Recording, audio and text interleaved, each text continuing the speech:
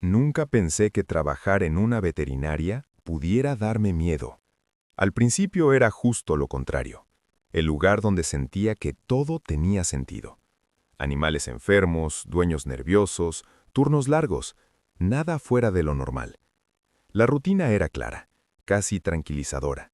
Abrir jaulas, preparar medicamentos, limpiar mesas de acero que siempre olían a desinfectante fuerte. Sangre, saliva, pelo, cosas vivas, cosas reales. La clínica estaba a las afueras de la ciudad, en una carretera secundaria que casi nadie usaba de noche. Un edificio bajo, blanco, con luces fluorescentes que zumbaban incluso cuando no había viento. Yo trabajaba en el turno nocturno desde hacía casi un año. No era popular entre mis compañeros, pero a mí me convenía. Menos gente, menos ruido, menos preguntas. Esa noche empezó como cualquier otra. Un perro atropellado, una gata con fiebre, un loro con el ala rota. Casos comunes. Nada que no hubiera visto antes. A las 2 de la madrugada, el silencio volvió a instalarse en los pasillos. El reloj de pared marcaba cada segundo con un clic seco que resonaba demasiado fuerte. Estaba terminando de archivar unos registros cuando escuché golpes en la puerta principal. No golpes normales. No eran urgentes ni desesperados. Eran lentos, medidos, como si quien estuviera afuera supiera exactamente cuánta fuerza usar. Miré el monitor de la cámara exterior. La imagen era borrosa, granulada por la mala iluminación. Había una figura parada frente a la puerta. No se movía, no tocaba el timbre, solo esperaba. Me tomó unos segundos notar que no llevaba nada en las manos. Ninguna caja, ningún transportador, ningún collar. Normalmente cuando alguien llegaba de madrugada venía cargando algo. Un perro envuelto en una manta, un gato dentro de una mochila improvisada. Algo que se movía. Esta figura estaba vacía. Abrí el micrófono del intercomunicador y pregunté qué necesitaba. Mi voz sonó más firme de lo que me sentía. No hubo respuesta inmediata. Solo después de unos segundos escuché una respiración, muy cerca del micrófono, demasiado cerca. Dijo que tenía un paciente. Nada más. Le pedí que lo mostrara a la cámara. La figura se inclinó hacia abajo, fuera del encuadre. Hubo un ruido extraño, como uñas raspando concreto. Luego volvió a ponerse de pie. Seguía sin ver nada. Algo en mi estómago se retorció. Pensé en llamar al veterinario de guardia, pero no quería parecer exagerado. Abrí la puerta. El aire frío entró de golpe, arrastrando un olor metálico que no supe identificar al principio. El hombre, o al menos eso parecía, era alto, demasiado delgado, con ropa oscura y sucia. Tenía el rostro parcialmente cubierto por la sombra del alero. Sus ojos reflejaron la luz de adentro de una forma rara, como la de los animales cuando les apuntas con una linterna. «Está herido», dijo. Le pregunté dónde estaba el animal. Sin decir nada, se hizo a un lado. En el suelo, entre sus pies, había algo cubierto con una lona. No se movía, pero tampoco estaba quieto del todo. La lona se levantaba y bajaba lentamente como si algo respirara debajo. Le pedí que entrara rápido. Cerré la puerta detrás de nosotros y el sonido del seguro encajando resonó demasiado fuerte. Cuando ayudé a arrastrar la lona hasta la sala de emergencias, noté que pesaba más de lo que esperaba. Mucho más, como si dentro hubiera algo denso, compacto, que no correspondía al tamaño que aparentaba. Al destaparlo, el olor empeoró. No era sangre, no exactamente. Era un olor viejo, húmedo, como carne que había pasado demasiado tiempo bajo tierra. Di un paso atrás sin darme cuenta. El hombre me observaba desde la puerta sin parpadear. Lo que había debajo no se parecía a ningún animal que yo conociera. Tenía piel, pero no pelo. Era grisácea, estirada de forma irregular, como si no hubiera crecido para cubrir lo que había debajo. Sus extremidades eran demasiadas, o tal vez no, tal vez solo estaban mal colocadas. Algunas parecían patas, otras brazos. Las articulaciones no estaban donde deberían. No tenía cabeza visible, o al menos no una que pudiera identificar. «¿Qué es?», pregunté. El hombre inclinó la cabeza, como si la pregunta le pareciera curiosa. «Paciente», respondió. Me acerqué con cuidado. Cuando toqué la piel con el guante, sentí un leve espasmo, un reflejo. Estaba vivo. Contra toda lógica, mi cerebro intentó justificarlo. Una malformación, un animal exótico, un experimento fallido, cualquier cosa menos lo que realmente parecía. Cuando fui por el escáner portátil, escuché un sonido detrás de mí. Un ruido húmedo, acompañado de algo que sonaba demasiado parecido a un suspiro. La lona se movió sola, y el hombre ya no estaba en la puerta. Lo primero que pensé fue que había salido sin que me diera cuenta. Revisé el pasillo principal, luego la sala de espera, vacía. La puerta seguía cerrada con seguro. Nadie había entrado ni salido. Eso me hizo sentir una presión incómoda en el pecho, como si el edificio se hubiera encogido de repente. Volví a la sala de emergencias. El paciente seguía sobre la mesa metálica. Ya no estaba cubierto. La lona yacía en el suelo, arrugada, manchada por una sustancia oscura que no parecía sangre fresca. Era espesa, casi negra, y no tenía olor fuerte. Más bien absorbía los demás olores, como si se los tragara. Me acerqué despacio, tratando de respirar con calma. El cuerpo parecía haberse reacomodado. Las extremidades ya no estaban en la misma posición. Una de ellas, larga y delgada, colgaba por el borde de la mesa. No recordaba haberla visto así. Tomé el lector de signos vitales y lo apoyé sobre la piel. Tardó varios segundos en reaccionar. Cuando lo hizo, mostró un pulso irregular, demasiado lento y luego demasiado rápido, como si no supiera en qué ritmo existir. No había identificación, collar, chip, nada. Decidí llamar al veterinario de guardia. Marqué una vez. Sonó. Nadie respondió. Volví a intentar. Esta vez la llamada se cortó antes del primer tono. Miré el teléfono. Sin señal. Lo mismo pasó con el fijo de la clínica. El silencio se volvió pesado. Entonces el paciente emitió un sonido. No fue un gemido, no fue un gruñido, fue algo intermedio, como aire forzado a pasar por un lugar que no estaba hecho para eso. El sonido vibró en la mesa y subió por mis brazos, directo a los huesos. Di un paso atrás. La piel empezó a moverse, no como cuando un animal se agita por dolor, se movía desde adentro. Algo recorría la superficie lentamente, dibujando bultos que aparecían y desaparecían, como si buscara la forma correcta. Instintivamente tomé una linterna y enfoqué una zona más oscura del cuerpo. Ahí fue cuando lo vi. Una hendidura se abrió despacio. No era una herida, era una abertura que se separaba con cuidado, como unos labios aprendiendo a moverse. Dentro no había dientes. Había algo húmedo, pálido, que se contrajo al recibir la luz. La abertura vibró.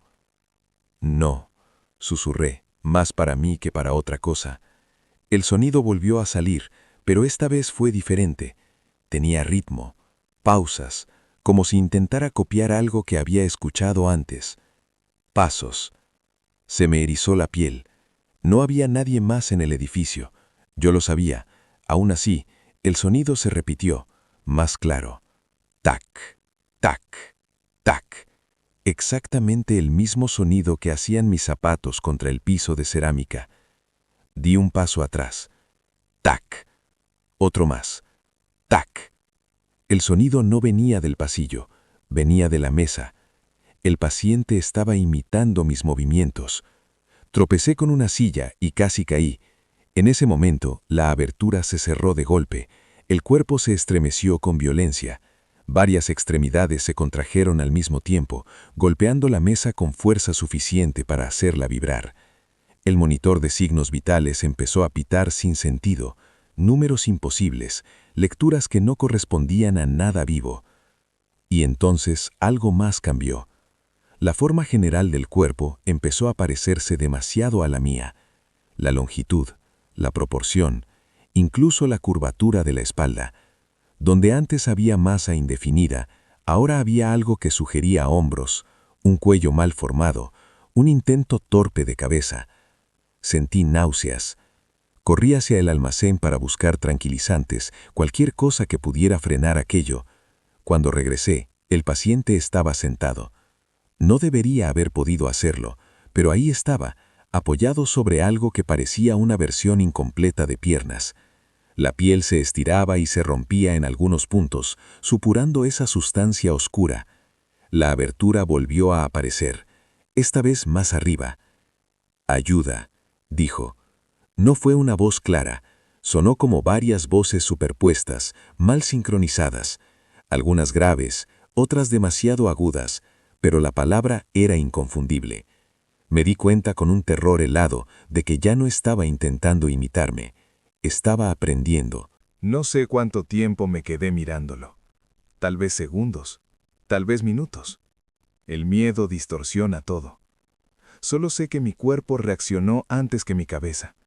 Salí corriendo de la sala y cerré la puerta de golpe, pasando el seguro con manos temblorosas. Apoyé la espalda contra la pared del pasillo, tratando de respirar sin hacer ruido. Desde adentro llegó un golpe seco, luego otro. No eran violentos, eran experimentales, como si estuviera probando cuánta fuerza usar. Escuché el sonido de algo arrastrándose. No rápido, no desesperado, lento, con paciencia. Me di cuenta de algo horrible. El paciente no estaba intentando escapar, estaba explorando. Fui hasta la sala de cámaras y revisé los monitores. La imagen de la sala de emergencias parpadeó antes de estabilizarse. Lo vi moverse con dificultad, estirando las extremidades, doblándolas en ángulos imposibles hasta que poco a poco empezaron a parecer correctos.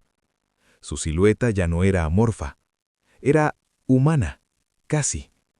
La cabeza estaba mal, demasiado alargada, sin rasgos definidos, pero donde debería haber ojos, la piel se hundía como si supiera que algo debía ir ahí.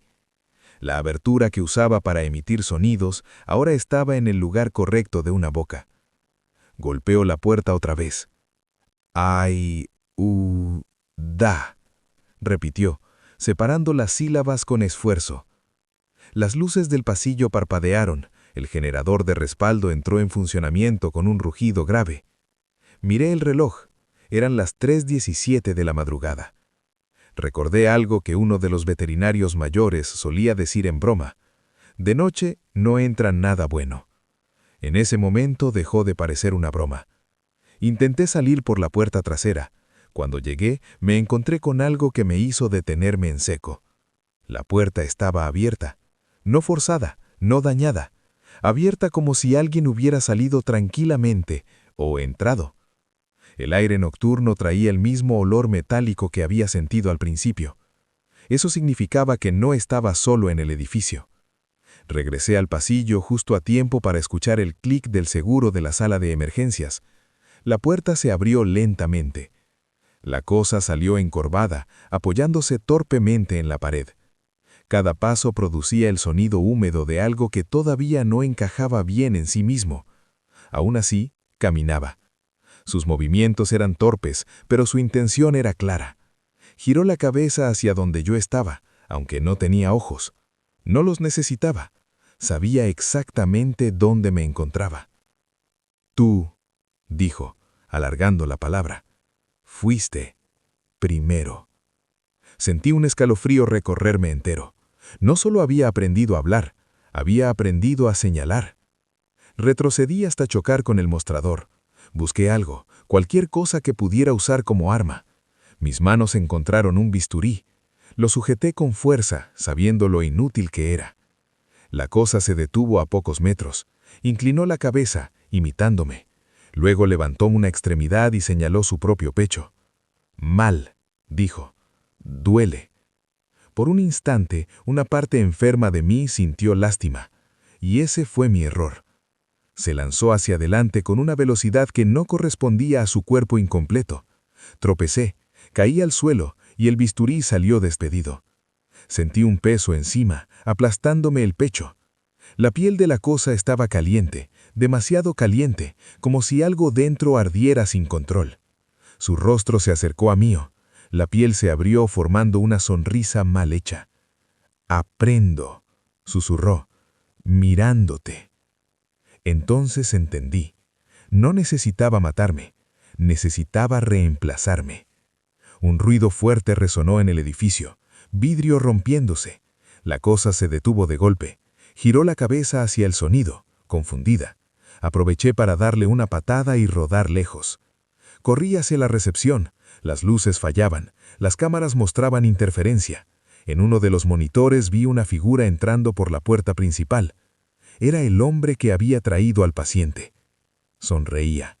Y detrás de él, en la oscuridad exterior, había más siluetas, esperando. El hombre avanzó con calma por la recepción, ignorando el caos. Caminaba como alguien que ya conocía el lugar, como si hubiera estado ahí antes, muchas veces. La cosa que me había atacado se quedó inmóvil unos segundos, mirándolo, como un niño esperando instrucciones. «Todavía no», dijo el hombre, con voz suave. «Aún no estás completo». El paciente retrocedió un paso. Obedeció. Me arrastré por el suelo hasta quedar detrás del mostrador. Apenas me atrevía a respirar. El hombre pasó la mano por la superficie de acero, dejando un rastro oscuro idéntico al que había visto en la lona. No parecía sorprendido por nada, ni por mí, ni por la criatura. «Siempre reaccionan igual», continuó. «Primero miedo, luego compasión. Es ahí donde fallan». Miró hacia donde yo estaba escondido. «No te preocupes», dijo. «No fuiste el primero, y no serás el último». Las siluetas del exterior empezaron a entrar. No corrían, no hablaban. Se movían con una sincronía antinatural. Al verlas mejor, entendí que no eran personas normales. Algunas caminaban mal, otras tenían partes del cuerpo que no encajaban del todo. Versiones incompletas, ensaños. La criatura que me había atacado volvió a mirarme. Ahora su forma era casi perfecta, demasiado. Tenía mi altura, mi postura, incluso mi forma de mover la cabeza. «Falta», dijo, tocándose el rostro. «Falta tú». El hombre asintió. «La observación ya no es suficiente», dijo. «Ahora viene la transferencia». El pánico me dio fuerzas. Salté por encima del mostrador y corrí hacia la salida trasera. Escuché pasos detrás de mí. Muchos, demasiados. El pasillo parecía alargarse como si el edificio no quisiera dejarme ir. Llegué a la puerta y la empujé con todo lo que tenía. Esta vez sí se abrió. El aire nocturno me golpeó el rostro. Corrí sin mirar atrás. No paré hasta sentir que los pulmones me ardían. Cuando finalmente me atreví a mirar, la clínica estaba oscura, silenciosa, como si nunca hubiera pasado nada. Pensé que había escapado. Estaba equivocado. A la mañana siguiente la policía encontró la veterinaria limpia, demasiado limpia. No había señales de lucha, no había rastros de sangre, no había cuerpos. Los registros mostraban que yo había terminado mi turno con normalidad y salido a la hora habitual. Mi firma estaba en todos los documentos, pero yo no los había firmado. Intenté contar lo ocurrido. Nadie me creyó. Dijeron que estaba en shock, que imaginé cosas. Me dieron medicamentos. Me mandaron a casa. Desde entonces, algo me sigue. No físicamente. Cuando me miro al espejo, a veces mi reflejo tarda en imitarme. Solo un segundo. Pero ese segundo es suficiente para ver la sonrisa mal hecha, la piel estirándose donde no debería. Anoche recibí una llamada desde la clínica. La veterinaria sigue funcionando. Siguen aceptando pacientes. Y preguntaron por mí, porque según sus registros, yo nunca dejé de trabajar ahí.